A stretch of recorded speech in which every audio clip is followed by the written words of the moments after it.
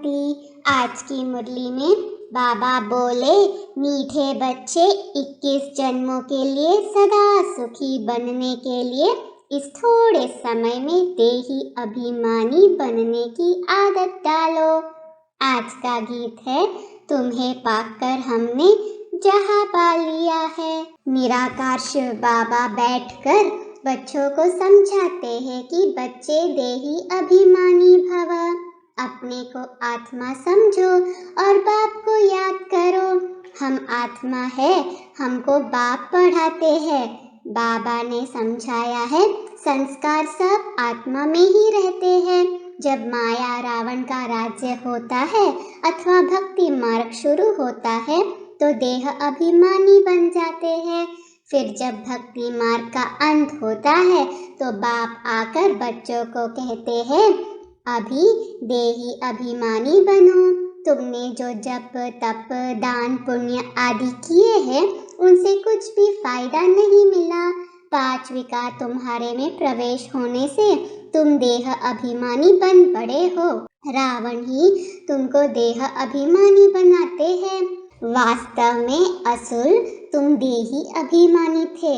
फिर से अभी यह प्रैक्टिस कराई जाती है कि अपने को आत्मा समझो। यह पुराना शरीर हमको छोड़ नया जाकर लेना है। सतयुग में यह 5 विकार होते नहीं हैं। देवी देवता जिनको श्रेष्ठ पावन कहा जाता है वह सदैव आत्मा अभिमानी होने के कारण 21 जन्म सदा सुखी रहते हैं। फिर जब रावण राज्य होता है तो तुम बदल कर देह अभिमानी बन जाते हो। इनको सोल कॉन्शियस और उनको बॉडी कॉन्शियस कहा जाता है। निराकारी दुनिया में तो बॉडी कॉन्शियस और सोल कॉन्शियस का प्रश्न ही नहीं उठता है। वह तो है ही साइलेंस वर्ल्ड। यह संस्कार इस संगम युग पर ही होते हैं। तुमको देह अभिमानी से देही अभिमानी बनाया जाता है। सतयुग में तुम देही अभिमानी होने कारण दुख नहीं उठाते हो, क्योंकि नॉलेज है कि हम आत्मा है। यहाँ तो सब अपने को देह समझते हैं।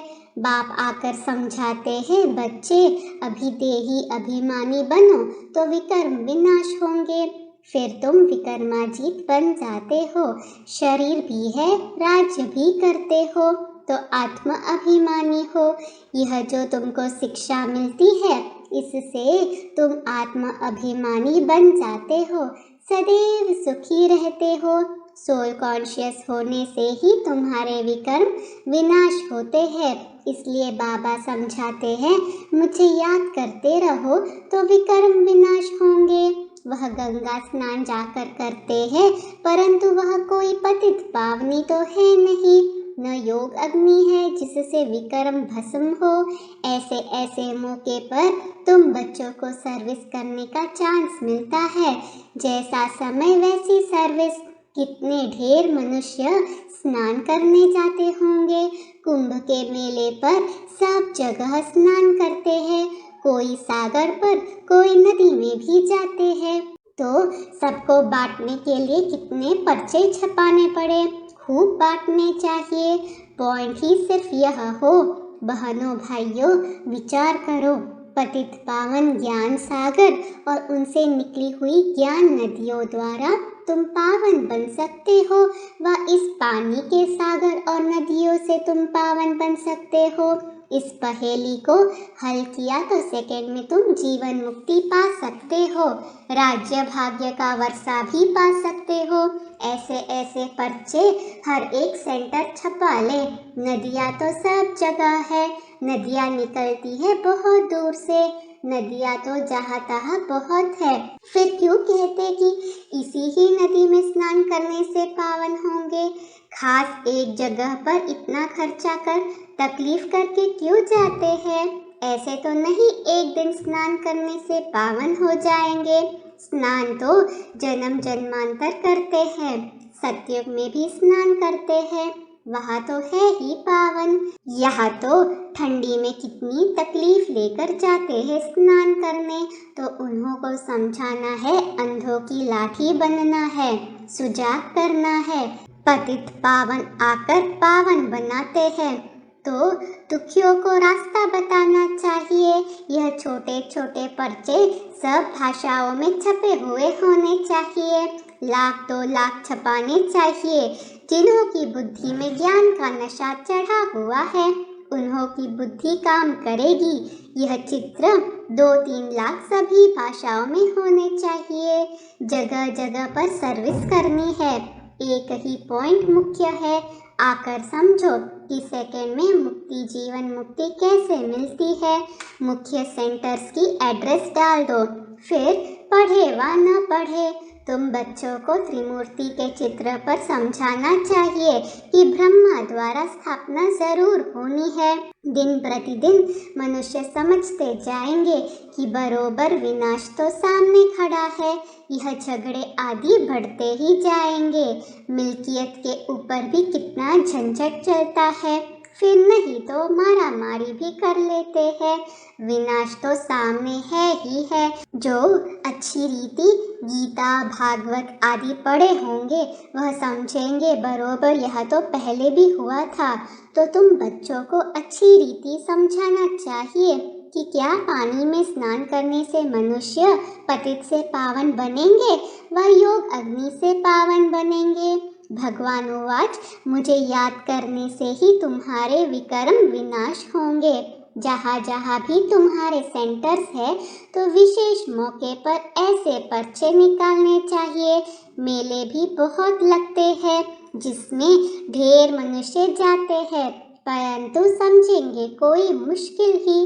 पर्चे बांटने के लिए भी बहुत चाहिए जो फिर समझा सके। ऐसी जगह खड़ा रहना चाहिए।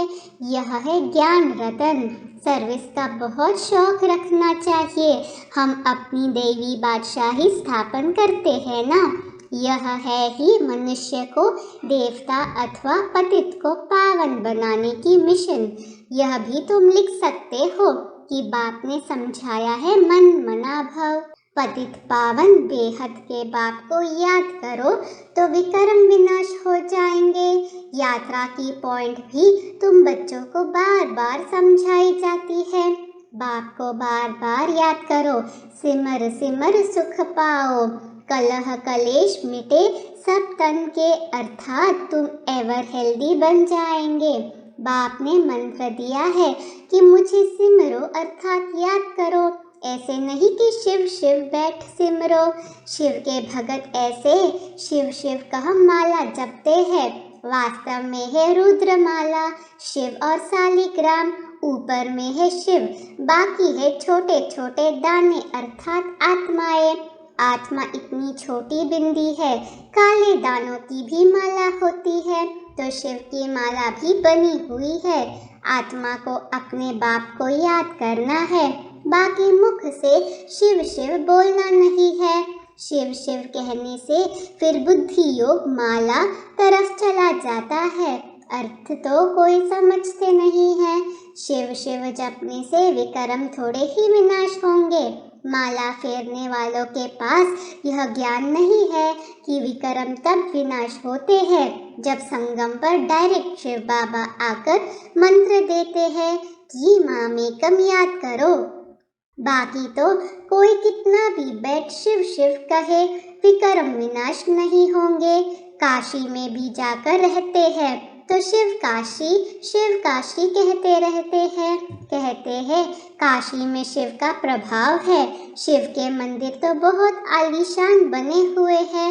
यह सब है भक्ति मार्ग की सामग्री। तुम समझा सकते हो कि बेहद का बाप कहते हैं मेरे साथ योग लगाने से ही तुम पावन बनेंगे। बच्चों को सर्विस का शौक होना चाहिए। बाप कहते हैं मुझे पतितों को पावन बनाना है। तुम बच्चे भी पावन बनाने की सर्विस करो। पर्चे ले जाकर समझाओ। बोलो इनको अच्छी रीति पढ़ो। मौत तो सामने खड़ा है, यह दुख धाम है। अब ज्ञान स्नान एक ही बार करने से सेकंड में जीवन मुक्ति मिलती है। फिर नदियों में स्नान करने भटकने की क्या दरकार है।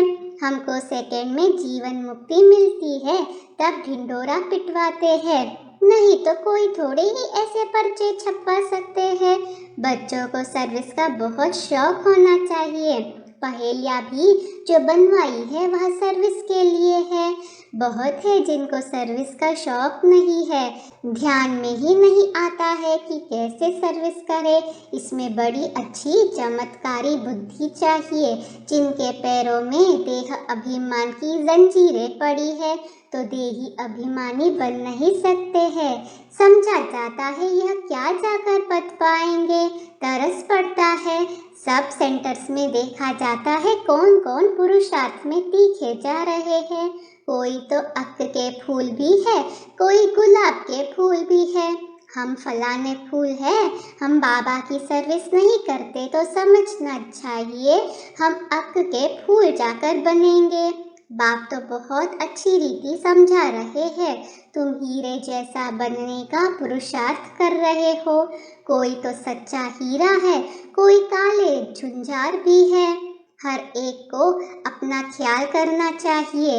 हमको हीरे जैसा बनना है, अपने से पूछना है हम हीरे जैसा बने हैं। आज का वरदान है, कर्म करते हुए न्यारी और प्यारी अवस्था में रह, हल्केपन की अनुभूति करने वाले कर्मातीत भव।